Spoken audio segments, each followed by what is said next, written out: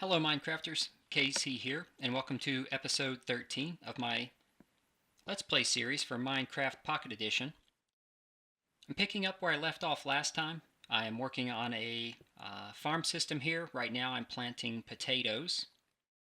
And I'm going to start by adding some lighting to this side of the farm, similar to what I did on the other side.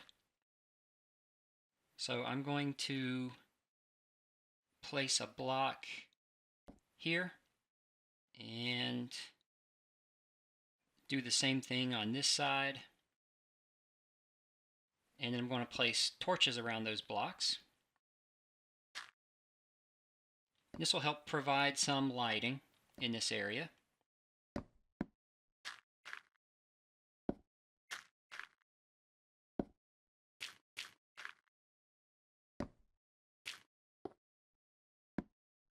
And I'm just going to make a couple of modifications to this section here. And as I described in the previous video, I'm going to try a method of farming here that will hopefully make harvesting these crops easier. I'm going to place water blocks on this side, and those water blocks will flow through the farm area and push those harvested crops into this centralized trench and bring them here to this collection point. So again, as I was thinking about this earlier, decided I really didn't need those two water blocks there. And I think I will also get rid of this half slab. And I believe if I mine this block, there will not be water there. And that's what I want to happen and what I expect to happen. So I'll come back at some point and put some stairs here. So if the water comes through and pushes those crops into that center collection point, then they'll be pushed down to this area here where I can harvest them very easily. You can see the potatoes are starting to grow. And I've carved out this side. And what I'm going to do is, again, I'm going to place water blocks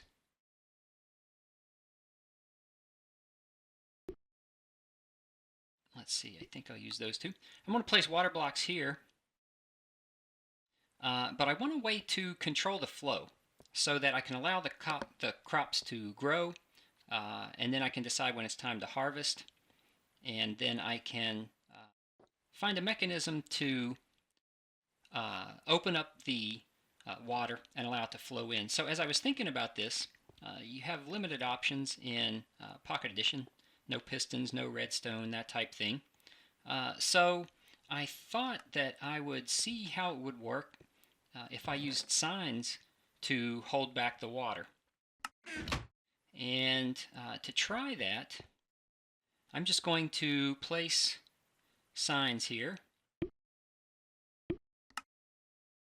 And I'm going to attach a sign to that block. And then I'm just going to continue attaching signs to those signs all the way across the farm here.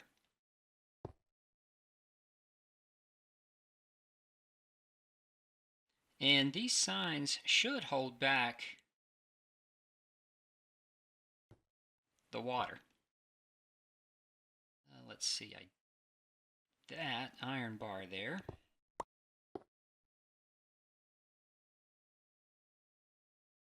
So now if I place water behind these signs,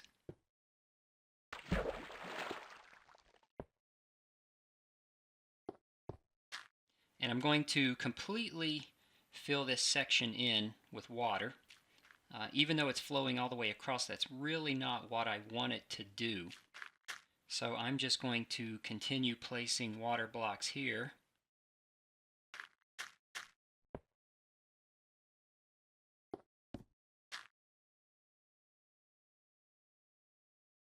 And I think I just need two more.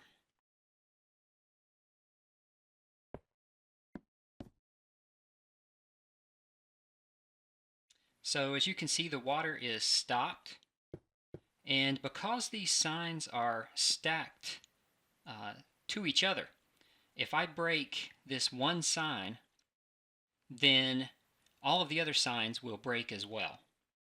And then that will allow the water to sweep down again into this collection point and bring those potatoes conveniently back to me here.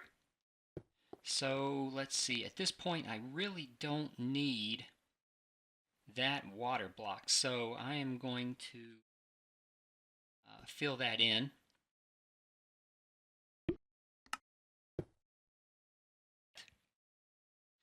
And after I conduct my test, I will fill this in as well. And I will do the same thing here on the other side. But first, I would like for these potatoes to grow so that I can test my theory. And I think I have some bone meal here. So I can use that to help speed up the growth process.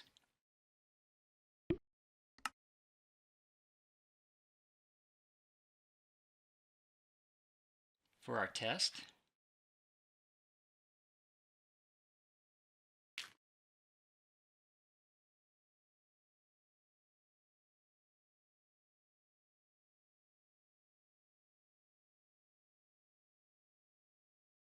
And one more. So again, I'm going to break this sign here, allow that water to flow back across, and hopefully it will sweep up those potatoes and again bring them to me. And the reason why I placed the iron bar there is, if you can imagine doing the same thing to the other side, that water will flow down here, and just to keep those two water flows from running into each other, I placed that iron bar there, although I'm not sure that that's going to be necessary. We'll have to see as we continue developing this whether that's needed or not. But since all these potatoes are ready to harvest, I'm going to break this one block and we'll see what happens.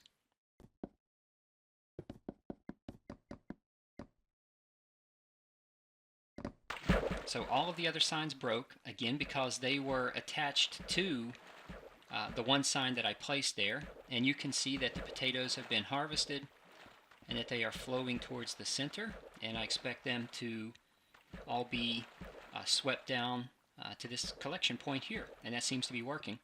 And as a nice bonus, the signs come back to me as well, except for this one sign, which again I know I don't need that. I'm just going to temporarily place a dirt block there. So water flows slowly in Minecraft, so we'll have to wait for the rest of these items to come back to us, and then once they do, we simply hop down, pick those up, and I should have all those potatoes in my inventory, and I do. And I have more potatoes than I started with. I started with a total of 17 potatoes in the last episode, but I had planted those on both sides, and you can see that this side has begun to grow as well naturally. So one of the things I'm going to have to think through as I continue to develop this idea is going to be the easiest way to come back and replace those signs here. And I want to, again, place them in a way that I only have to break one sign to clear the entire group of them. So this time will probably be a little more challenging to do because that water is going to want to move me as well. But if I can place these signs against the blocks, it will stop the water flow. And again, I'm going to think through a way that maybe I could walk up on a catwalk or something up here to do that. So let's see if we can get these signs placed properly. So you can see that that sign has stopped the water flow. And I will place another sign here if I can. Again, just attaching it to the sign that I had previously replaced. And again, I'm just going to continue doing that across this water flow. See, that sign didn't go where I wanted it to. I'll just hop up.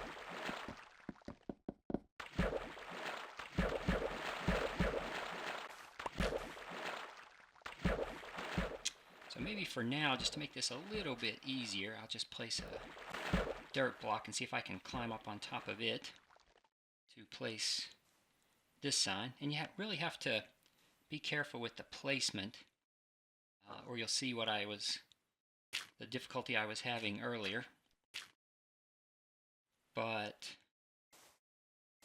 should be able to get these placed all the way across now to halt that water flow.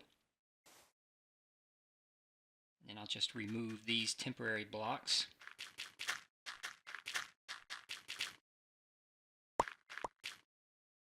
And then re-hoe this area.